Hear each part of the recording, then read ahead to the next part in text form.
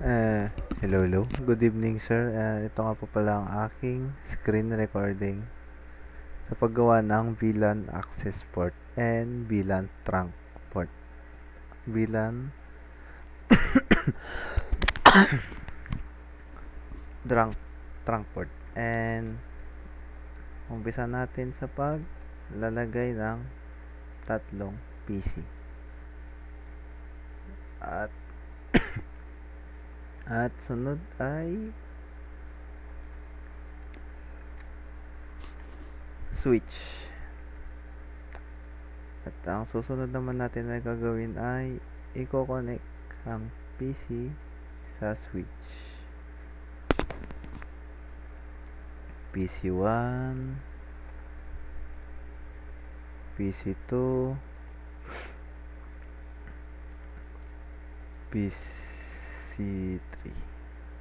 At ito ang ating VLAN 1. Lalagyan natin VLAN 1.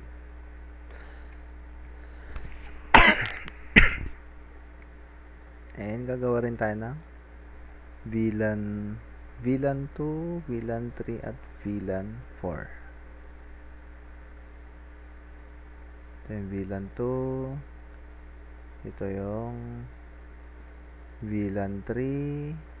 Ito yung VLAN 4.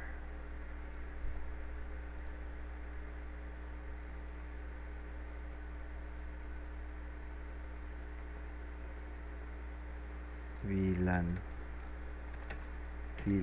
2, VLAN 3, VLAN 4. And ang next naman is i-connect natin siya, yung mga PC, sa ating switch. Kung kanina nag-start tayo sa 1, 2, 3 at mag-iwan tayo ng dalawang space each VLAN. Kumbaga ito 1, 2, 3 tapos may space siyang dalawa. And proceed tayo sa 6, 7, 8,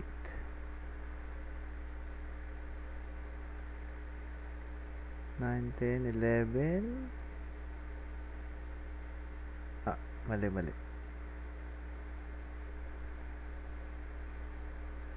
12, 13,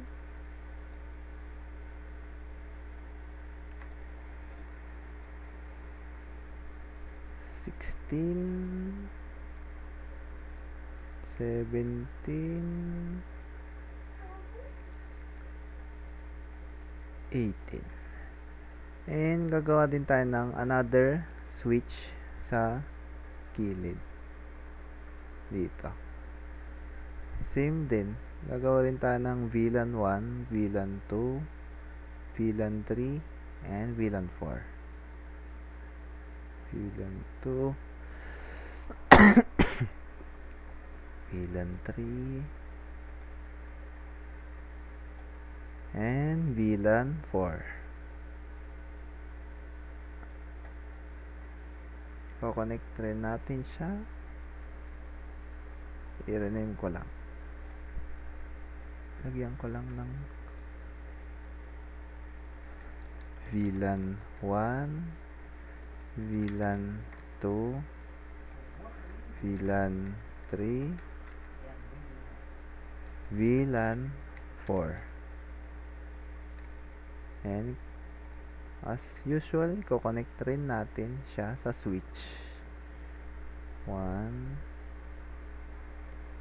Same rin dito. Mag-iwan din tayo ng dalawang space. 2,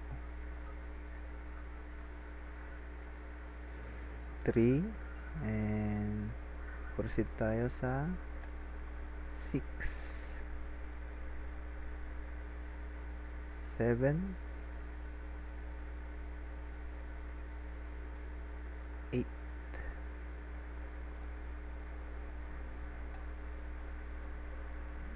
9, 9, 11, 12, 13,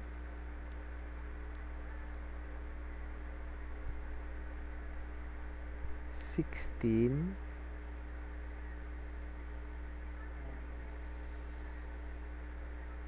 17, and lastly 18.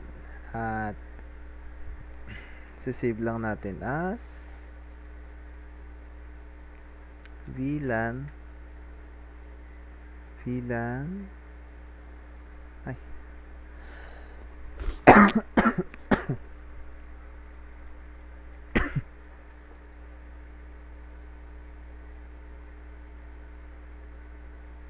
yan.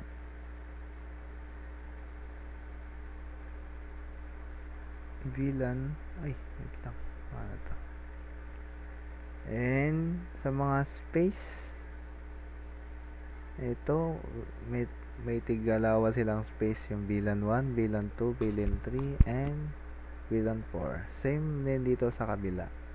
Kaya ang gagawin natin is i-connect natin, kunwari kukuha tayo sa Fast Ethernet 5, gagawin natin 10, dapat make sure na magkaparehas sila. 15, and last 20. And ito nga po ang ating save ko lang, VLAN with access port with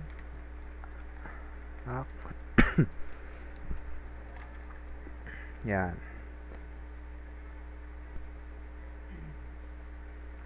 And yun lang po, sir. Goodbye.